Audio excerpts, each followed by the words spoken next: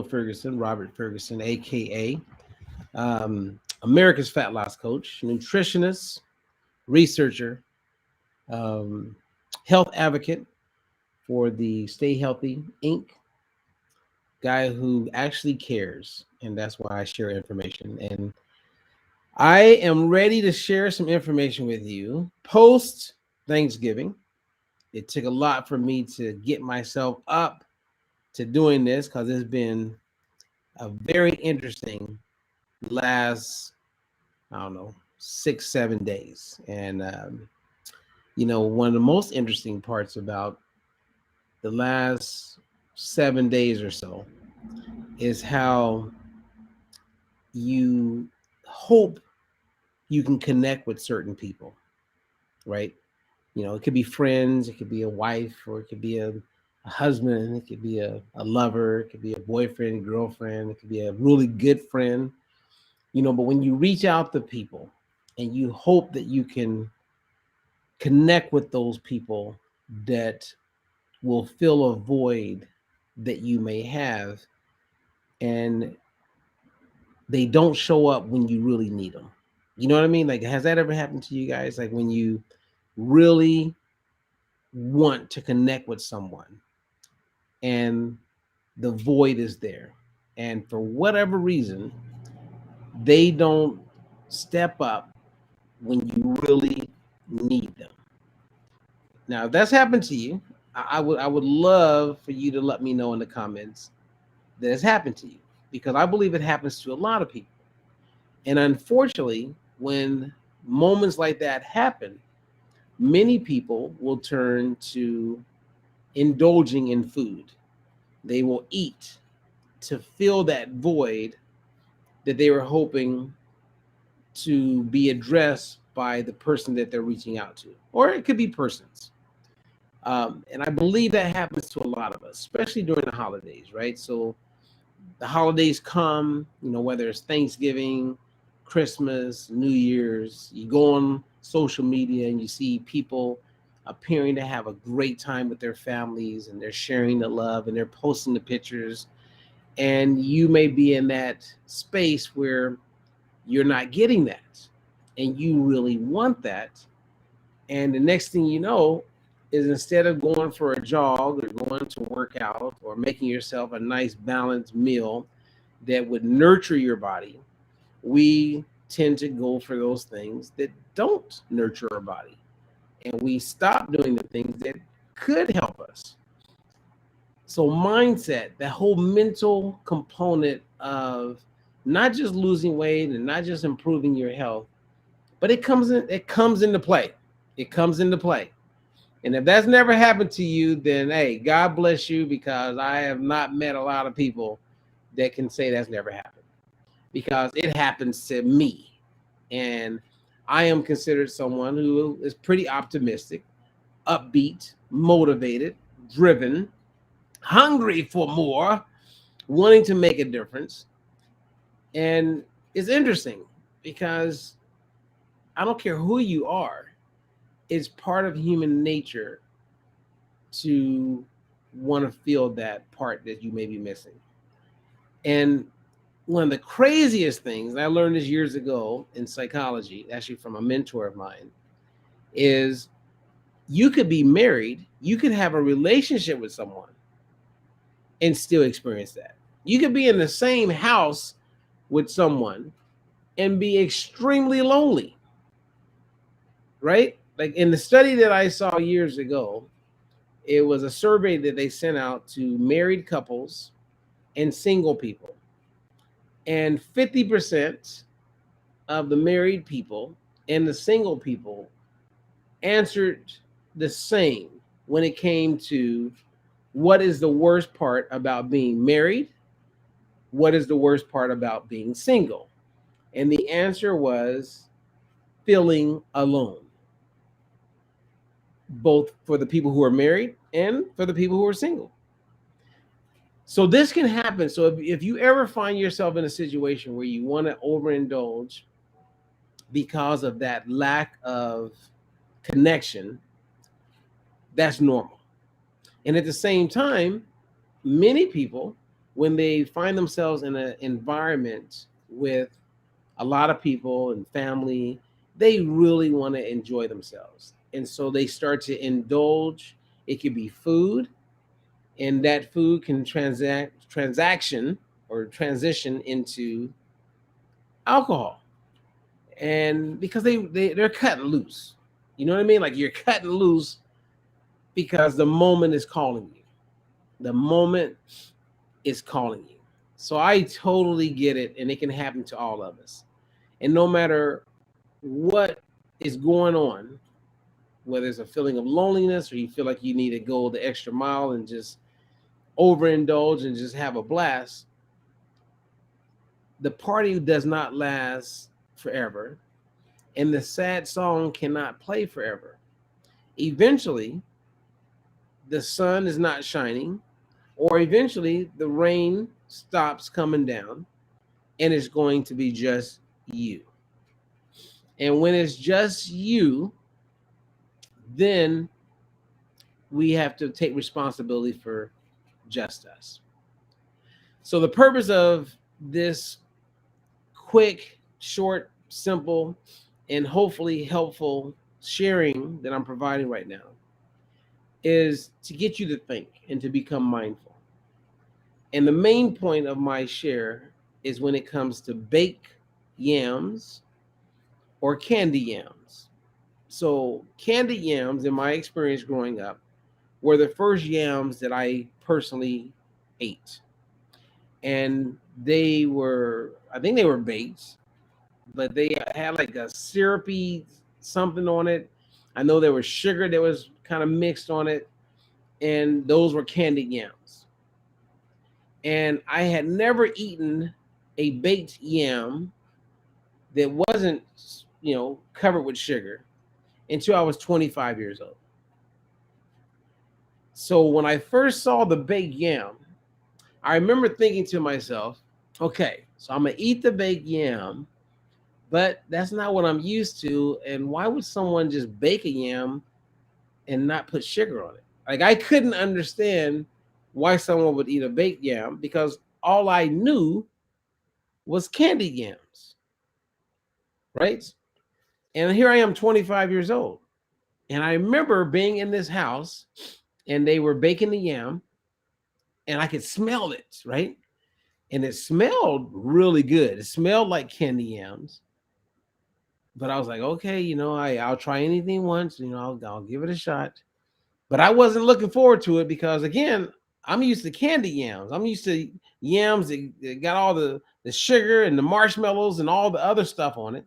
I'm not ready for just baked yams. Like, why would you just eat I mean, I get a baked potato, but man, a baked yam, like, what is that going to be like? Well, the baked yam is done cooking. The house smells absolutely amazing. And I remember cutting the yam open like you would a baked potato. And I remember they chopped it up and they added some butter to it if you wanted the butter. So I said yes, of course. And I remember mixing the butter into the yam. Wasn't a lot. And I remember like taking that first bite. Now, remember, all I've had up until this point was candy yams. Now I'm eating a baked yam, assuming it's not going to be nowhere near as good as a candy yam. And I took the first bite, and all I could think to myself was, wow, this is absolutely delicious. I mean, arguably, I would say it tasted better than what I remember for a candy yam. And I ate the yam, and I remember thinking and thinking and thinking, and the years goes by, and I'm thinking and thinking and thinking. And since that time, I have not had a candy yam since. I've been in the room with candy yams. I just saw candy yams at Thanksgiving. Didn't even consider eating it because now I love baked yams. But remember what I said? I was looking at the baked yam going, man, why would someone just eat a baked yam? Wouldn't you want candied yams? Through that experience, it raised my consciousness up. I became more mindful and I became more open to experimenting with different foods. Now, the candy yam comes with way more than what is necessary. And the baked yam was just that. It was baked. And I bake yams at least once every 2 weeks. And when I bake them, I love it because it makes the whole home smell absolutely delicious. And they taste absolutely delicious. So, what is the point of my sharing? My sharing is one, your health is improved from within. Number two, your emotional stability is improved from within. Your mental health is improved from within. Yes, we want to reach out and we hope to get that support from other people, but it's not always going to be there. It's unfortunate, but many people will let you down and you will hope they will be there for you, but they may not be, even when you're married. Now, this is not a reason to be take it personal or to be upset with those people. They have their own priorities and they have things that are more important to them and they're dealing with stuff they're dealing with. But it's when you anchor on them, it sets you up for you to fall. It's kind of like when you have that best friend that says, "Hey, if you're going to start walking, I'm going to walk with you." And what happens? They cancel and then you don't walk. Whereas you would have been better off to focus on you. And if they want to join you, hey, show up. I'll be there at this time and I'm walking. And you can really want them to be there. You really, I mean, you could want them to be there. And if they show up, it's great. And how fun that would be. But the majority of the time, they're not going to show up. They're just not. I meet people like this all the time. I have people that I really hope to connect with all the time. And fortunately, I've learned over the years that when you want someone to show up and you're looking forward to someone to be there, they may not show up. And what I've learned is that you don't take it personal because what's important is that you show up. And many people that I haven't talked to in a long time, some people I haven't coached in a long time, they're not doing so well today. People that I am coaching, they may not be doing their best at this moment, but they're still in the game to win. And many people that I am coaching, after I watch the numbers come in after Thanksgiving, they're doing amazing. They're actually losing weight through Thanksgiving and feeling great and improving their overall health. That all comes down to not me, but them taking responsibility for them. And at the end of the day, the ultimate goal is that we do for ourselves what no one but us can do for us. And when you get that, in psychology, we refer to this as being able to be other centered. When you're doing that and you're other centered, that means that you can give the best of who you are to everyone around you. When you don't have that, then you can step on mines. You can find yourself falling into a hole that spirals down like a rabbit hole, and it can be a negative monster, and it can be tough to pull yourself out of it. But here's the good news.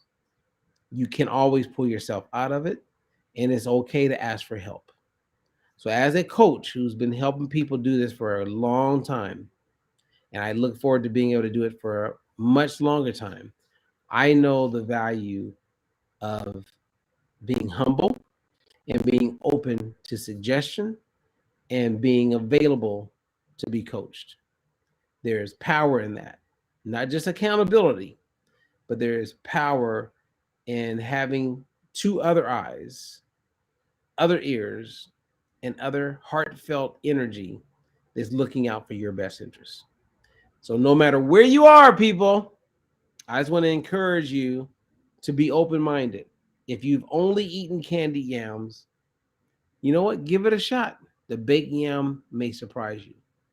If you have only eaten certain foods, right? The fried turkey, maybe there's another way to eat the turkey that is a little closer to nature, but give it a shot.